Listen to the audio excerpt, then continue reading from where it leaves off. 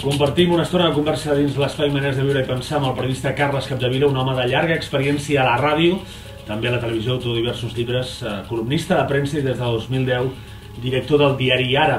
Carles, fa un any l'Ara es presentava en societat, després de voltar per tot el país, es presentava en aquest acte tot just ahir feia un any al Palau de la Música.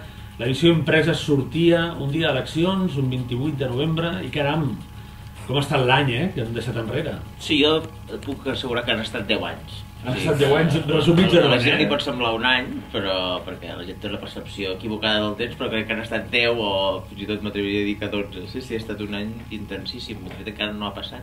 Ni me'n recordava, però sí, és cert que era el dia del meu Sant Carles, 4 de novembre, que vam presentar això al Palau de la Música, que és un moment, probablement ja havíem fet la gira aquesta, que dèiem Ara Tour per Catalunya i tot, que vam començar a la Garriga, al poble de la meva mare, però que vam anar fent, però clar, allà al Palau de la Música ple, passa una cosa quan amb l'Ara, han passat moltes unes, que vam explicar el projecte, el juliol vam començar, o sigui, fa un any i mig, es deia ara farem un diari, una web, i l'explicàvem en directe, que ens va semblar una cosa emocionant, i ho és, però té un punt de risc quan hi penses, perquè clar, el juliol vam explicar, sortia el diari el 28 de novembre i en aquell moment érem 4, saps? I el setembre érem 10 persones, no? La redacció ara som 100 persones, no? Més o menys, per tant, era anar explicant en directes i jo me fitxava un columnista, li deia, podem dir ja? I deia, home, espera que ho he de dir al meu diari, no sé què, però trucava, ja ho pots dir, i deies, també escriurà aquest, no? I aquesta cosa que ara ens ve a veure gent d'Europa i tot, i s'estudia fins i tot com a exemple de co-creació, de compartir un projecte des de l'inici, però quan hi penses així té vertigen, no? I el 4 de novembre, a Palau de la Música, era tot el Palau de la Música ple, molta gent molt emocionada, perquè el país té moltes coses, i una d'elles és que a la gent li agrada molt, il·lusionen projectes nous, que apostin per el país, per la llengua, que és pel periodisme. Notava gent emocionada, molts subscriptors previs, i probablement el 3 de novembre havíem fet un número 0, que era un desastre. En el moment en què veies de tota la gent dient que bé, que surt l'Ara, faltaven 24 dies i tenies aquella sensació de ostres, queda molta feina a fer, no? I res, un any després, a mi m'agrada molt ara, em comença a agradar bastant, saps? Vull dir que el que fem, vull dir que també és un projecte que al moment que surts és quan més verd estàs, no? Quan la gent està, i crec que un any després s'assembla molt més al que volíem, no? I que d'aquí un any s'hi semblarà del tot. El que és interessant és veure que aquesta sensació d'haver passat 10 anys en un sol any, perquè han passat coses molt transcendents, fins i tot heu donat la notícia de la fi del terrorisme d'ETA, o l'anunci de la fi del terrorisme d'ETA, que era una d'aquelles notícies que tothom esperava. Esperava de forma reiterada col·locar la seva portada.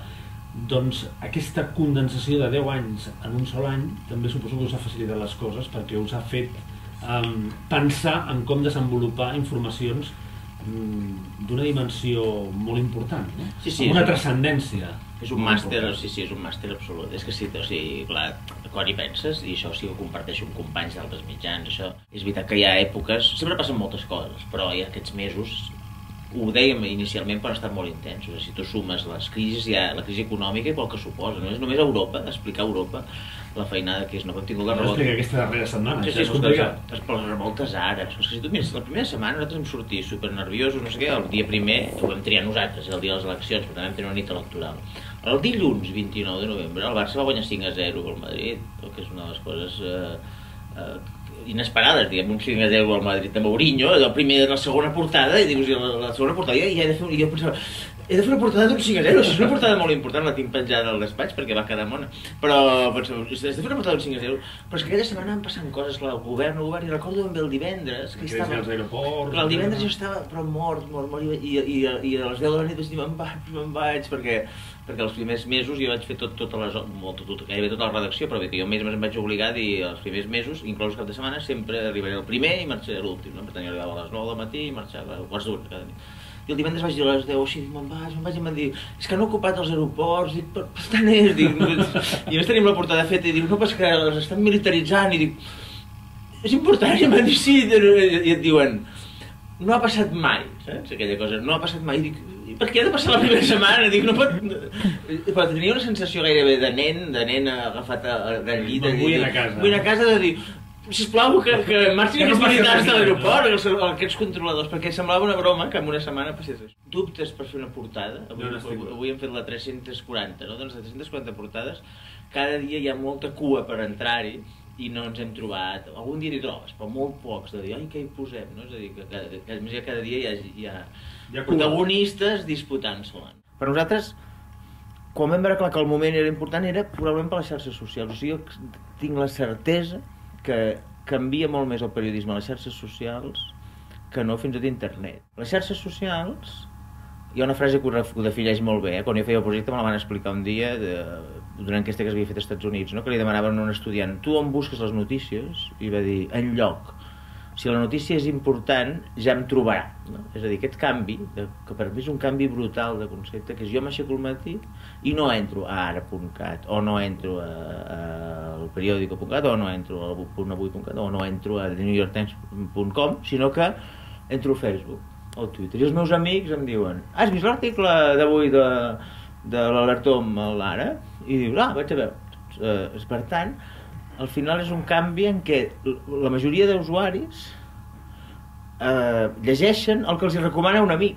Moltes vegades no saben ni d'on ho estan llegint. És a dir, moltes vegades, saps, perquè circulen, no? I aquesta cosa, aquest concepte que jo, per exemple, passa com a usuari, que jo un cop he decidit seguir a 1.150 persones en les que segueixo a Twitter, puc estar tranquil que jo el que obro a Twitter, tot el que m'interessa m'ho diran, perquè segueixo a periodistes de tot el món, a gent que és molt culer, segueixo tots els meus àmbits d'actuació a la vida i per tant qualsevol cosa que passa me la diuen. I després jo, a través d'ells, vaig al New York Times o a la CNN o al periòdico, no? O l'Ara, però en tot cas, per mi això sí que és brutal. Aleshores, clar, t'encanto.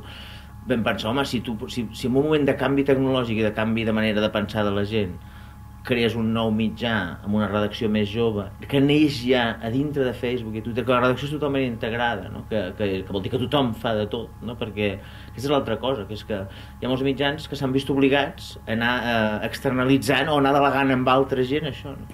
I això jo crec que és terrible, no només perquè no és sostenible econòmicament, per dir-ho en termes així de viabilitat, sinó perquè jo crec que gràcies a ser Twitter, jo personalment, i contestar, i seguir-ho jo, i jo crec que sóc millor periodista, per entendre's. Soc més infeliç, com a persona, segur, perquè estàs allà al llit mirant el Twitter, t'aixeques al matí mirant el Twitter, però sí que reps el feedback permanent. Per tant, la notícia ens arriba, ens busca, la trobem, Sí. Per tant, què és el que el diari ha d'oferir? O què és el que els periodistes hem d'oferir als ciutadans?